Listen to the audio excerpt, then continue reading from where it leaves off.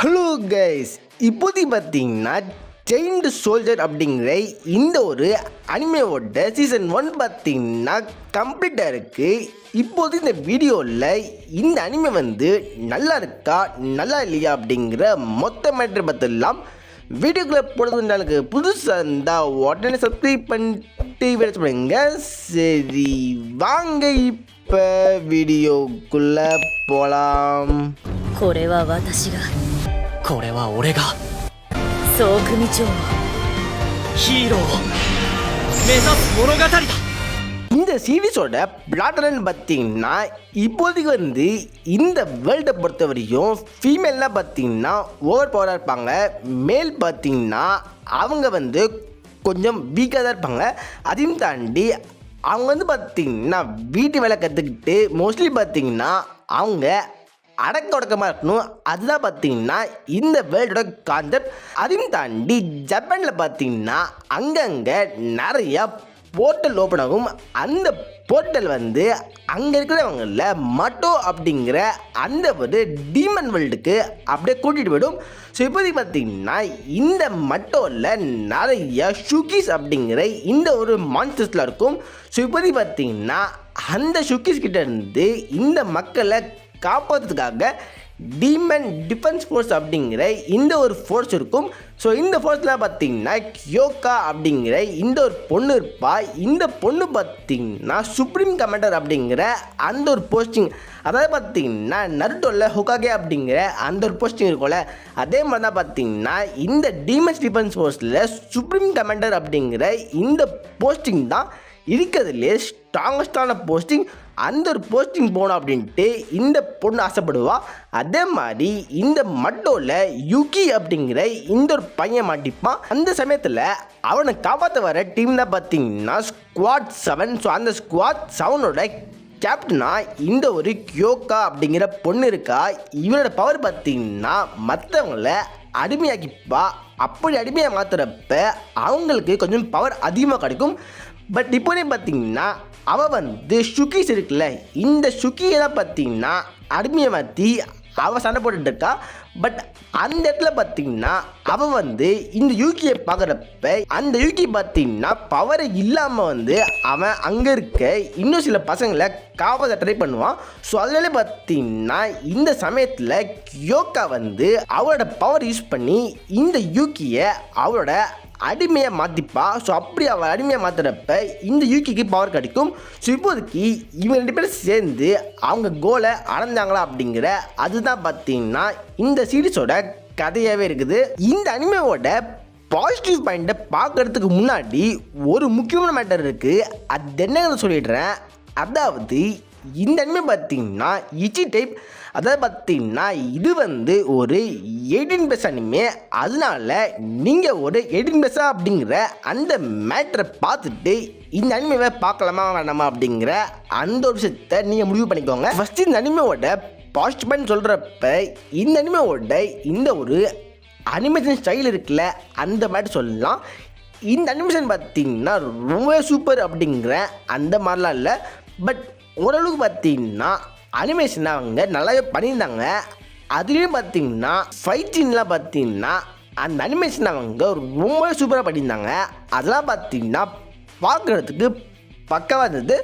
But அனிமேஷனில் சில பல குறைகளும் இருக்குது. அதெல்லாம் வந்து நெகட்டிவ் சொல்கிறப்ப அதில் சொல்கிறேன். பட் ஓவரால் பார்த்தீங்கன்னா அனிமேஷன் அவங்க டீசெண்டாக பண்ணியிருந்தாங்க. பார்க்குறதுக்கு நல்லாவே இருந்தது. அதனால அந்த பாசிட்டிவ் மேட்டர் சேர்க்குறேன். இந்த அனிமேவோட சீசன் 1 பார்த்தீங்கன்னா மொத்தமாக வந்து 12 எபிசோடு தான் இருக்குது. இந்த 12 எபிசோடில் அவங்களால முடிஞ்சளவுக்கு பார்த்தீங்கன்னா அந்த கேரக்டரோட பேக் ஸ்டோரியில் பக்கவாக கொடுத்துருப்பாங்க. அதாவது அந்த யூகி, அது கியோக்கா அப்படிங்கிற பொண்ணு, அப்புறமா அவங்க டீம்லேயே பார்த்தீங்கன்னா இன்னும் சில பொண்ணுங்களாக இருப்பாங்க. அந்த மாதிரி ஒவ்வொருத்தவங்களுக்கும் வந்து தேவையான ஒரு பேக் ஸ்டோரி கொடுத்து அந்த கேரக்டர்ஸை பக்காவாக காமிச்சிருந்தாங்க. அதுவே பார்த்திங்கன்னா ஒரு பாசிட்டிவ் பாயிண்ட் தான். அந்த 12 எபிசோடில் அவங்களால முடிஞ்ச அளவுக்கு பார்த்திங்கன்னா அந்த கேரக்டர்ஸ்க்கான கேரக்டர் டெவலப்மெண்ட்டை பக்காவாக கொடுத்துருந்தாங்க. இந்த சீரீஸில் இருக்கிறது பார்த்திங்கன்னா மொத்தமாக 12 எபிசோட் தான். அந்த 12 எபிசோட் வந்து உங்களுக்கு எந்த ஒரு இடத்துலையும் வந்து பெருசாக போர் அடிக்காமல் ஸ்டார்டிங்லேருந்து எண்டிங் வரையும் அப்படியே வந்து அவங்க பக்காவாக கொண்டு போயிருப்பாங்க.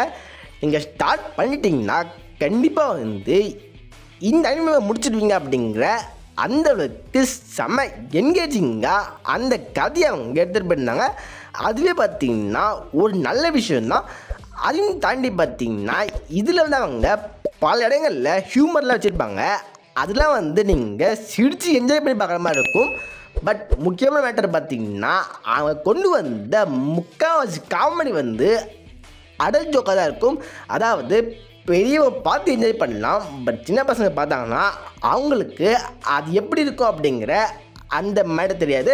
பட் ஓவரால் பார்த்திங்கன்னா அந்த ஹியூமர் ஆக்ஷன் அப்படின்ட்டு எல்லாத்துலேயும் அவங்க பக்காவாக கொண்டு போயிருப்பாங்க.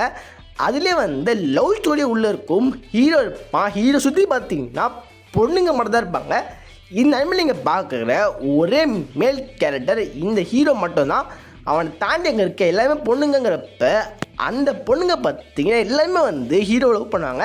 அதுலேயே பார்த்திங்கன்னா ஒரு பொண்ணு வந்து ஹீரோவை தேடி லவ் பண்ணுவா. ஹீரோ பார்த்திங்கன்னா என்ன படுறதுன்னு தெரியாமல் அப்படியே வந்து அந்த இடத்துல திரு முழிக்கிற மாதிரிலாம் இருக்கும். அந்த சீனில் பார்த்திங்கன்னா நல்லாவே காமெடியாக பண்ணியிருந்தாங்க. இதோட பார்த்திங்கன்னா பாசிட்டிவ் பாயிண்ட் முடியுது. அப்படியே வந்து இந்த சீரீஸோட நெகட்டிவ் பாயிண்ட்டை ஆரம்பிக்கலாம்.